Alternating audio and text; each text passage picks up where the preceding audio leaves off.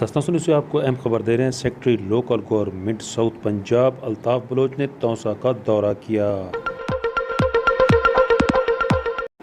अपने इस दौरे में उन्होंने असिस्टेंट कमिश्नर तौसा मोहतरमा राबिया सियाल, चीफ ऑफिसर म्यूनसिपल कमेटी और दीगर अफसरान से मुलाकातें की। इन मुलाकातों में सेक्रेटरी लोकल गवर्नमेंट को जारी तरक्याती मनसूबों बारे ब्रीफिंग दी गई। इस मौका पर secretary local government Altaf Baloch का कहना था, वज़ीर आला पंजाब सरदार उस्मान बुज़दार के विजन के मुताबिक तरक्याती मनसूबे जारी रहेंगे।